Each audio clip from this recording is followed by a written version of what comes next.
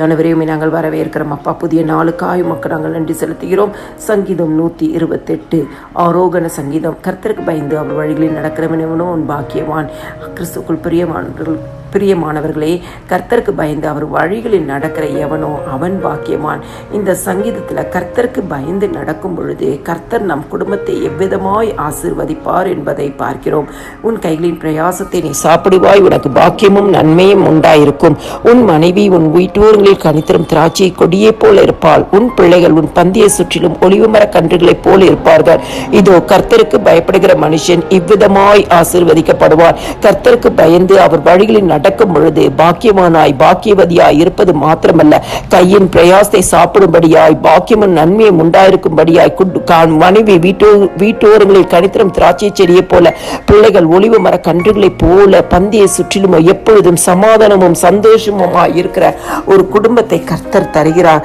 கர்த்தருக்கு பயப்படுகிற மனுஷன் இவ்விதமாய் ஆசீர்வதிக்கப்படுவான் என்று சொல்லி வேதத்துல நம்ம பார்க்கிறோம். கர்த்தருக்கு பயந்து நடக்கும் பொழுது கர்த்தர் நம் குடும்பத்தையும் நமக்கு உண்டான எல்லாவற்றையும் ஆசீர்வதிக்க அவர் உண்மையும் நீதியும் சத்தியம் உள்ள தேவனாய் இருக்கிறார். கர்த்தர் சீயோனிலிருந்து உன்னை ஆசீர்வதிப்பார். பரலோகத்தின் தேவன் தாமே பரலோகத்திலிருந்து நம்மளை ஆசீர்வதிப்பார். நமக்கு உண்டான எல்லாவற்றையும் ஆசீர்வதிப்பார். நம் காரியங்களை கைக்கூடி வர பண்ணுவார். நம்முடைய காரியத்தில் ஜெயத்தை கொடுப்பார். எதிர்பார்க்கிற நன்மைகளை தருவார். எதிர்பார்த்து காத்திருக்கிற காரியங்கள்ல நன்மை உண்டாகும்.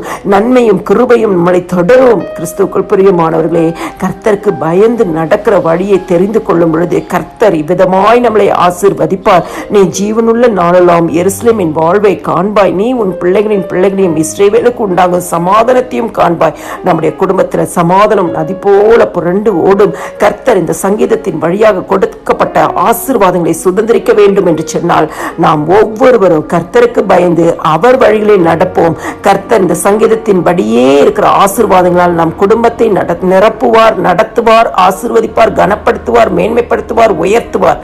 எல்லா துதியும் கனமும் மகிமையும் ஸ்தோத்திரமும் என் ஆண்டவராகிய இயேசு கிறிஸ்து ஒருவருக்கே செலுத்துகிறேன். ஆமேன்.